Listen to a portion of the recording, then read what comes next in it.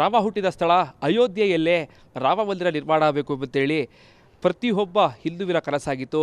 ಈಗ ಈ ಕನಸು ಈಡೇರ್ತಾ ಇದೆ. ಇದೇ ಅಂದರೆ ಮುಂದಿನ ತಿಂಗಳು 22ರಂದು ಅಯೋಧ್ಯೆಯ ರಾಮ ಮಂದಿರ ಉದ್ಘಾಟನೆ ಆಗ್ತಾ ಇದೆ. ಈಗಾಗಲೇ ಈ ಒಂದು ರಾಮ ಮಂದಿರದಲ್ಲಿ ಬಾಲರಾಮವನ್ನ ಕೆತ್ತನೆ ಮಾಡಿರುವಂತಹ ಮೈಸೂರಿನ ಶಿಲ್ಪಿ ಯೋಗಿ ಅಂದರೆ ಅರುಣ್ ಯೋಗಿರಾಜ್ ನಮ್ಮ ಜೊತೆಗಿದ್ದಾರೆ. ಅವ್ರನ್ನ ಮಾತಾಡಿಸ್ತಾ ಹೋಗ್ತೀನಿ.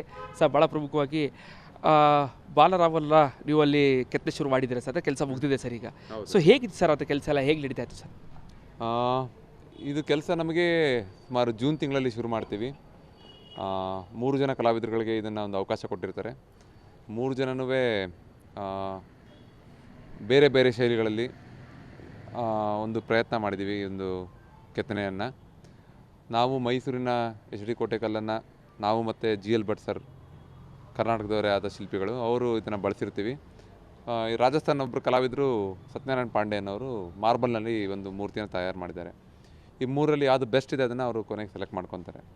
ಈ ಒಂದು ಪ್ರೋಸೆಸ್ ನಮಗೆ ಜೂನಲ್ಲಿ ಶುರುವಾಗಿತ್ತು, ಡಿಸೆಂಬರಲ್ಲಿ ಮುಗೀತು. ಒಂದು 6 ತಿಂಗಳ ಕಾಲ ಈ ಒಂದು ಕೆತ್ತನೆ ಕೆಲಸನ ಮಾಡಿ ಬಂದಿದೆ ಸರ್. ಅಲ್ಲಿ ಅಂದರೆ ಸರ್ ಈ ಅದೇ ಸೆಲೆಕ್ಷನ್ ಪ್ರೋಸೆಸ್ ಎಲ್ಲ ಯಾವ ರೀತಿ ಇರುತ್ತೆ ಸರ್ ಅಂತ? ಈಗ ಸೆಲೆಕ್ಷನ್ ಪ್ರೋಸೆಸ್ ನಮಗೆ ಮೊದಲು ನಮಗಂತಲ್ಲ ಕಲಾವಿದರುಗಳಿಗೆ ಒಂದು ಆಹ್ವಾನ ಇರ್ತದೆ. ಇನ್ವೈಟೆಡ್ ಆರ್ಟಿಸ್ಟ್ಗಳು ಸುಮಾರು ಒಂದು 8-9 ಜನ ಇರ್ತಾರೆ ಅನಿಸುತ್ತೆ. ಅಷ್ಟು ಜನಕ್ಕೆ ಒಂದು ಅವಕಾಶ ಕೊಡ್ತಾರೆ. ಒಂದು PPT ಮುಂಚೆ ಏನು ಕೆಲಸ ಮಾಡಿದ್ದೀವಿ ಅದರ ಬಗ್ಗೆ ಒಂದು ಮಾಹಿತಿನ ನೀಡಬೇಕಾಗಿರುತ್ತೆ, ಒಂದು ಫೋಟೋಸ್ಗಳನ್ನ ತೋರಿಸ್ಬೇಕಾಗಿರುತ್ತೆ.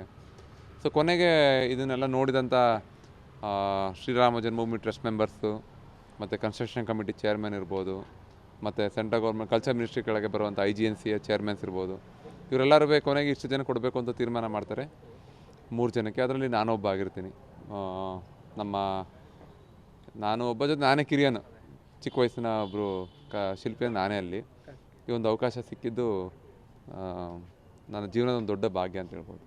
ಅಂದರೆ ಸರ್ ಅದು ಈ ಹಿಂದೆ ನೀವು ಕೂಡ ಸುಭಾಷ್ ಚಂದ್ರ ಬೋಸ್ ಅವರ ಶಿಲ್ಪಿಯನ್ನು ಕೆತ್ತನೆ ಮಾಡಿದ್ರಿ ಸರ್. ಆ ಒಂದು ಶಿಲ್ಪಿಯ ಕೆತ್ತನೆಗೂ ಸರ್ ಇವತ್ತು ನೀವು ಮಾಡಿರುವಂತಹ ಬಾಲರಾಮನಿಗೂ ಎಷ್ಟು ಖುಷಿ ಆಗ್ತಿದೆ ಸರ್ ಅಂತ ನೋಡಿ. ಪ್ರತಿಯೊಂದು ನನಗೆ ಸ್ವಲ್ಪ ಅದೃಷ್ಟವಂತನೇ ಅಂತ ಹೇಳ್ಬೋದು. ನನಗೆ ಸಿಕ್ಕಿರೋ ಅವಕಾಶಗಳೆಲ್ಲ ತುಂಬ ದೇಶಕ್ಕೆ ಪ್ರಮುಖವಾದ ಸ್ಥಳಗಳಲ್ಲಿ, ಕೇದಾರ್ನಾಥ್ ಇರ್ಬೋದು, ಇಂಡಿಯಾ ಗೇಟ್ ಇರ್ಬೋದು, ಅವೆರಡಕ್ಕಿಂತ ದೊಡ್ಡದು ಇನ್ನೇನು ಸಿಗಲ್ಲ ಅಂತ ಅಂದ್ಕೊಂಡಿದ್ವಿ. ದೇವರಿಲ್ಲ ಇರುವಂಥೇಳಿ ಇನ್ನೂ ಅದಕ್ಕಿಂತ ದೊಡ್ಡದೊಂದು ಅವಕಾಶ ಕೊಟ್ಟಿದ್ದಾರೆ. ಅಯೋಧ್ಯೆಯಲ್ಲಿ ಗರ್ಭಗುಡಿಯಲ್ಲಿ ಪ್ರತಿಷ್ಠಾಪನೆ ಆಗುವಂಥ ರಾಮನಲ್ಲ, ನಾನು ಪ್ರೇಕ್ಷಕನಾಗಿ ಭಾರತೀಯನಾಗಿ ಶಿಲ್ಪಿ ಅಲ್ಲದೆ ನಾನು ಇದೊಂದು ಕ್ಷಣಕ್ಕೆ ವೆಯ್ಟ್ ಮಾಡ್ತಿದ್ದವರು ಚಿಕ್ಕ ವಯಸ್ಸಿಂದನೂ. ನಾವಾಗಿರ್ಬೋದು, ನಮ್ಮ ತಂದೆ ತಾಯಿ ಇರ್ಬೋದು, ಪ್ರತಿಯೊಬ್ಬರು ನಮ್ಮ ಭಾರತದಲ್ಲಿ ಇದೊಂದು ಸಮಯಕ್ಕೆ ಕಾಯ್ತಾ ಇದ್ವಿ. ಆ ಒಂದು ಸಮಯಕ್ಕೆ ಜೊತೆಗೆ ನಾನು ಒಂದು ಸ್ಟೆಪ್ ಮೇಲೆ ನನಗೆ ಒಂದು ಮೂಲ ವಿಗ್ರಹ ಮಾಡೋ ಒಂದು ಅವಕಾಶವೂ ಸಿಕ್ಕಿದ್ದು. ಇದಕ್ಕೆ ನಮ್ಮ ತಂದೆ ತಾಯಿಯರ ಆಶೀರ್ವಾದ ಮತ್ತು ನಮ್ಮ ಹಿರಿಯರು ಮಾಡಿದ ಪುಣ್ಯಗಳೇ ಒಂದು ಕಾರಣ ಅಂತ ಹೇಳಲಿಕ್ಕೆ ಇಷ್ಟಪಡ್ತೀನಿ. ಇದಿಷ್ಟು ಏನು ಶಿಲ್ಪಿ ಅರುಣ್ ಯೋಗಿರಾಜ್ ಅವರ ಮಾತುಗಳು. ಈಗಾಗಲೇ 51 ಇಂಚಿನ ವಿಗ್ರಹ ತಯಾರಾಗಿದೆ. 22ನೇ ತಾರೀಕು ಅದು ನಮ್ಮ ವಿಗ್ರಹ ಸೆಲೆಕ್ಟ್ ಆಗುತ್ತೋ ಅಥವಾ ಮತ್ತಿಬ್ಬರು ಮಾಡಿರುವಂತಹ ವಿಗ್ರಹ ಸೆಲೆಕ್ಟ್ ಆಗುತ್ತೋ ಅದು ಈಗಂತೂ ಗೊತ್ತಿಲ್ಲ.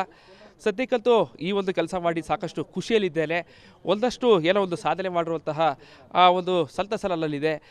ನಿಜಕ್ಕೂ ಕೂಡ ಆ ಒಂದು ಕೆಲಸ ಪ್ರತಿನಿತ್ಯವೂ ಕೂಡ ಸಾಕಷ್ಟು ಅಂದರೆ ಕನಸೆಲ್ಲ ಕಂಡು ಆ ಒಂದು ವಿಗ್ರಹವನ್ನು ಮಾಡಿದ್ದೇವೆ.